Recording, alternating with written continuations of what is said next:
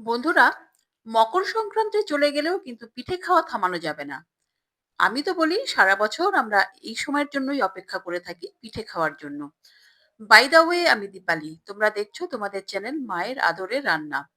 আজকে আমি তোমাদের সঙ্গে শেয়ার করতে চলেছি ৩ রকম পুলি পিঠে রেসিপি একসঙ্গে।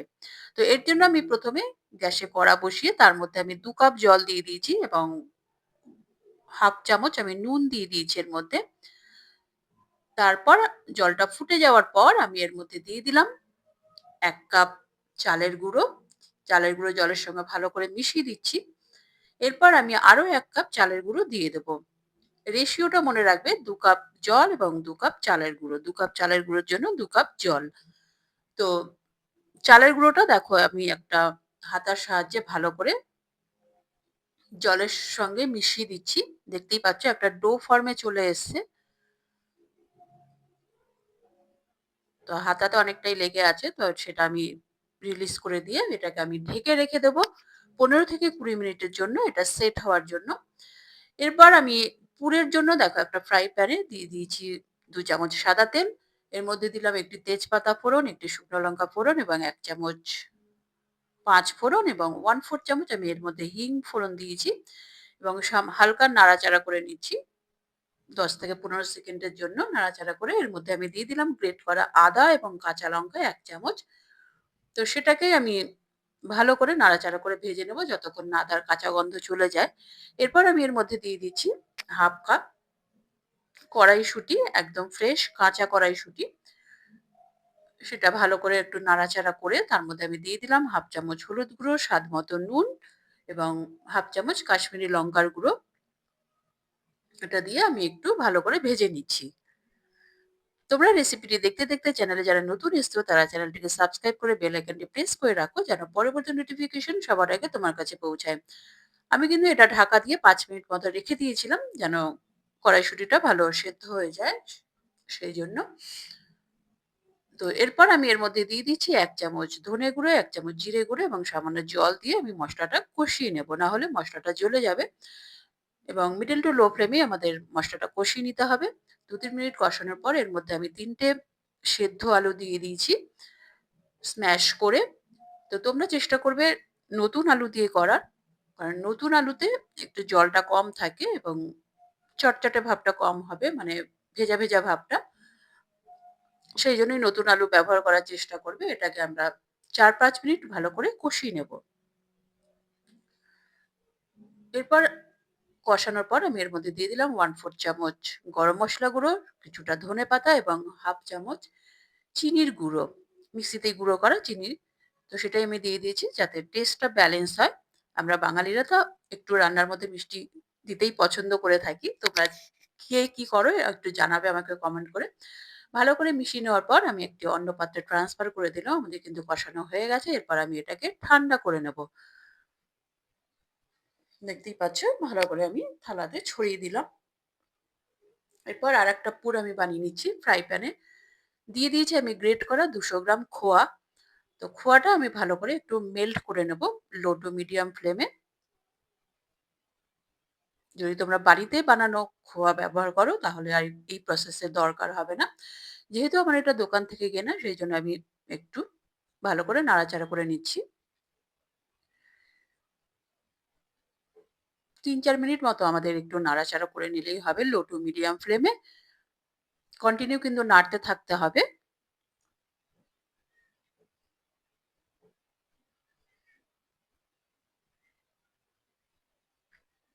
আমাদের কিন্তু হয়ে গেছে। এরপর আমি এটা নামিয়ে নিলাম। অন্য একটা পাত্রে ট্রান্সফার করে দিচ্ছি ঠান্ডা করার জন্য।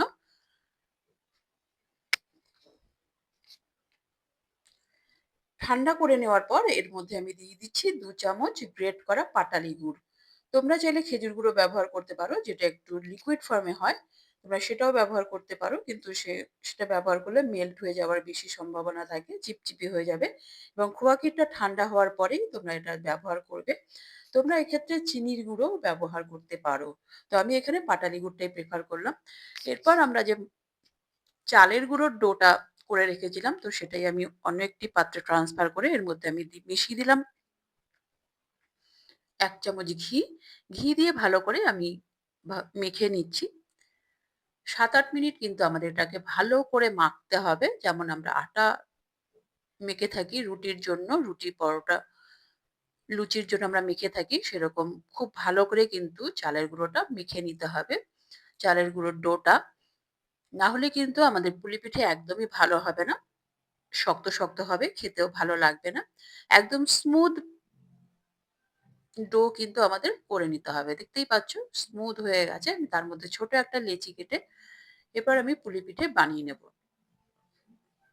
এটা লেচি কেটে হাতের সাহায্যে গোল করে নিয়ে এবার হাতের আঙুলের সাহায্যে একটু বড় করে নেব। দেখতেই পাচ্ছ পাতলা, পাতলা করে।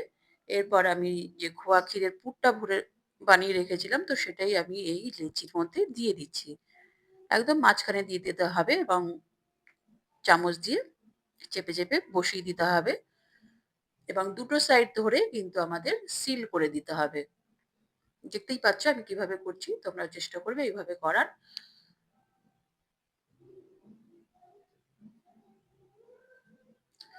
তোমরা যদি রেসিপিটি ফেসবুক পেজ থেকে দেখে থাকো তাহলে পেজটিকে অবশ্যই ফলো করে রাখার অনুরোধ থাকলো এবং আমার এই রেসিপি যদি তোমাদের কোনো কাজে আসে বা তোমাদের ভালো লাগে তাহলে কিন্তু চ্যানেলটিকে অবশ্যই সাবস্ক্রাইব করতে ভুলো না প্লিজ।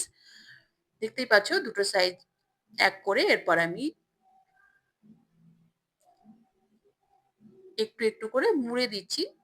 পুলি পিঠের যেমন হয় আরকি শেপ। তো সেইভাবেই দেখতেই পাচ্ছ আমি কিভাবে মুড়ে দিলাম। একটুখানি ছেড়ে আর একটুখানি মুড়লাম। তো আমি আরেকটি করেও তোমাদের দেখিয়ে দিচ্ছি। তোমরা কিন্তু রেসিপিটি অবশ্যই ট্রাই করবে। একই ডো দিয়েই কিন্তু আমরা ৩ টে পুলি পিঠে বানিয়ে ফেলতে পারবো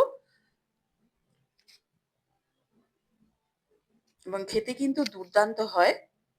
তোমরা কিন্তু রেসিপিটি অবশ্যই ট্রাই করো। এই শীতকাল তো পিঠে পুলি খাওয়ার জন্যই আদর্শ সময়, তাই না? তো বছরের অন্য সময় তো আমরা এইসব ট্রাই করতে পারি না। তো এই সময়টাকে সঠিকভাবে কাজে লাগাতে হবে।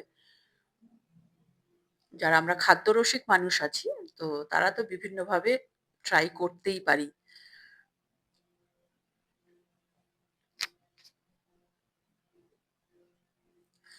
দেখতেই পাচ্ছ পুলি পাতা সরি পুলি পিঠের শেষ মুখটা ধরে একটুখানি চাপ দিয়ে বসিয়ে দিতে হবে। তারপরে একটু ছেড়ে আবার আরেকটু চাপ দিয়ে বসিয়ে দিতে হবে।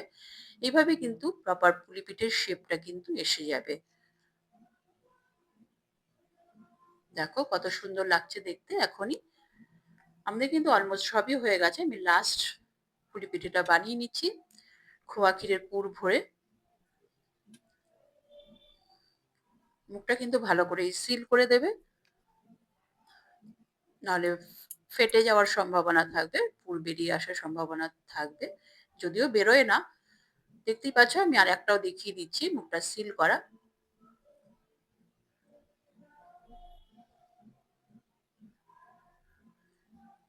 আঙুলের সাহায্যে দুটো মুখ ধরে একটুখানি চেপে বসিয়ে দিলেই কিন্তু সুন্দর একটা ডিজাইন হয়ে যাবে।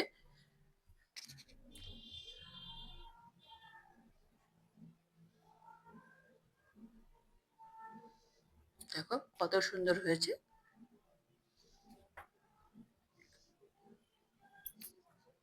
এরপর আমি একটি থালাতে তেল ব্রাশ করে নিচ্ছি, সাদা তেল।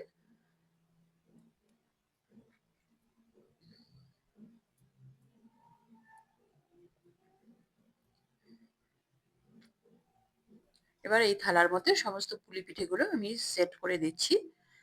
দেখো আরেকটি কড়াতে আমি জল ফুটিয়ে নিয়েছি ১ গ্লাস মতো। তাতে একটি স্ট্যান্ড রেখে এই থালাটা আমি বসিয়ে দিলাম।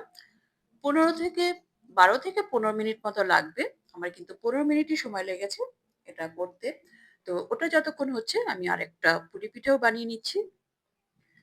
যেটা আমি আলু এবং কড়াইশুঁটির পুরটা বানিয়ে রেখেছিলাম। তো সেটা দিয়ে আমি নোনতা পুলি পিঠে বানিয়ে নিচ্ছি।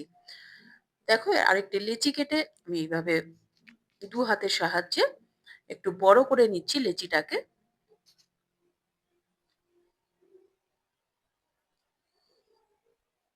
এটা কিন্তু একটু বড় সাইজেরই হবে।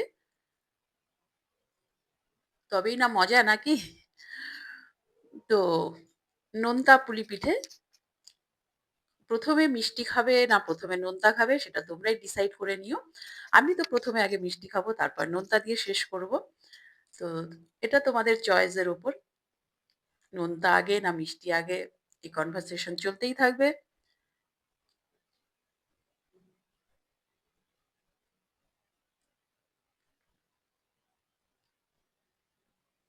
দেখো আরেকটাও কিন্তু আমি বানিয়ে নিয়েছি। এভাবেই কিন্তু আমি সমস্ত নোনতা পুলি পিঠেগুলো বানিয়ে নেব। সমস্তগুলোই আমাদের বানানো হয়ে গেছে দেখতেই পাচ্ছ। এরপর আমি দেখে নিচ্ছি ১৫ মিনিট পরে আমি ঢাকনাটা খুলে দেখো আমাদের কিন্তু হয়ে গেছে। খোয়া ক্ষীরের পুলি পিঠে এবং নোনতা পুলি পিঠেও কিন্তু আমি স্টিমে বসিয়ে দিলাম। এটা কিন্তু আরেকটু বেশি সময় লাগবে যেহেতু একটু বড়। তো আমার ১৮ থেকে ২০ মিনিট মতো সময় লেগেছে। আমি খোয়া ক্ষীরের পুলি পিঠেটা দেখিয়ে দিচ্ছি। দেখো কত সুন্দর লাগছে দেখতে। একদমই কিন্তু ফাটেনি। তোমরা খেয়াল করলে দেখতে পাবে। তো আমাদের নোনতা পুলি পিঠেও হয়ে গেছে। সেটাও আমি বার করে নিচ্ছি। দেখো নোনতা পুলি পিঠে আমি একটা প্লেটে নামিয়ে নিয়েছি। ঠান্ডা হয়ে গেছে। এবার আমি মাঝখান থেকে কাট করে নিচ্ছি। দেখো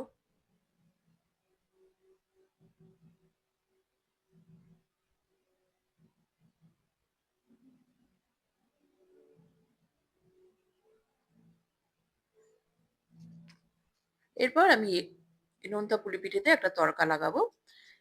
একটি ফ্রাই প্যানে ১ চামচ সাদা তেল দিয়ে এর মধ্যে 1/2 চামচ গোটা জিরে ফোড়ন দিয়েছি এবং এর মধ্যে দিয়েছি 1/4 চামচ হিং, 1/4 চামচ হলুদ গুঁড়ো এবং 1/4 চামচ কাশ্মীরি লঙ্কার গুঁড়ো কালারটা ভালো আসার জন্য। তো এটাকে একটু নাড়াচাড়া করার পর আমি যে নোনতা পুলি পিঠেগুলো কেটে রেখেছি তো সেটাই আমি এবারে সতে করে নেব। তো এইভাবে তোমরা একবার একটু ট্রাই করে দেখো। তোমাদের কিন্তু খুবই ভালো লাগবে। তো পিঠে খেয়ে অনেক সময় মুখটা কেমন যেন হয়ে যায়, মিয়ে যায়। তো সেটাকেই চাঙ্গা করার জন্যই কিন্তু এই পুলি পিঠে। তোমরা কিন্তু রেসিপিটা অবশ্যই ট্রাই করো। এর মধ্যে আমি দিয়ে দিলাম সামান্য নুন। কারণ কি আমি ডো করার জন্য সামান্য অল্প নুন দিয়েছিলাম। যেটা মিষ্টিতে চলে কিন্তু নোনতা পুলি পিঠেতে একদমই চলে না। সেজন্য আমি এক্সট্রা নুন এড করে দিলাম। তবেই না খেতে ভালো লাগবে। তো এরপর আমি এটাকে সার্ভ করে দিচ্ছি। দেখো তোমরা কিন্তু রেসিপিটি অবশ্যই ট্রাই করো। ট্রাই করে আমাকে কমেন্ট করে জানাবে তোমাদের কেমন লাগলো। যদি ভালো লাগে লাইক করে দিও এবং তোমার প্রিয়জনদের সঙ্গে প্রচুর, প্রচুর, প্রচুর শেয়ার করো এবং আরো এই ধরনের নিত্য নতুন রেসিপি দেখার জন্য চ্যানেলটির সঙ্গে জুড়ে থাকো।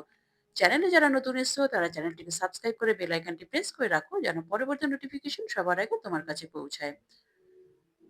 আর তোমরা কুকিং এর পাশাপাশি যারা গল্প শুনতে ইন্টারেস্টেড তারা গল্পের দেশ 01 নামে আমার একটি স্টোরি চ্যানেল আছে। তোমরা চাইলে সেখানে ভিজিট করতে পারো। আমি খোয়া ক্ষীরের পুলি পিঠে একটা ভেঙেও দেখিয়ে দিলাম কত সুন্দর লাগছে, লোভনীয় দেখতে। খেতেও কিন্তু ততোধিক টেস্টি হয়েছে। তোমরা অবশ্যই ট্রাই করো। একদম পুড়ে ঠাসা। আমি নোনতাটাও দেখিয়ে দিচ্ছি।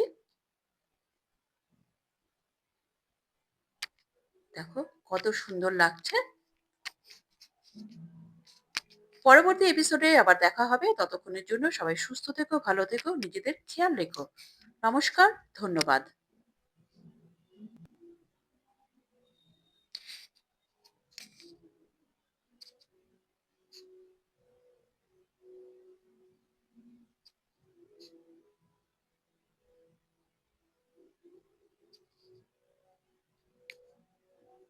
দেখো মিষ্টি দিয়েই কিন্তু শেষ করলাম। নমস্কার।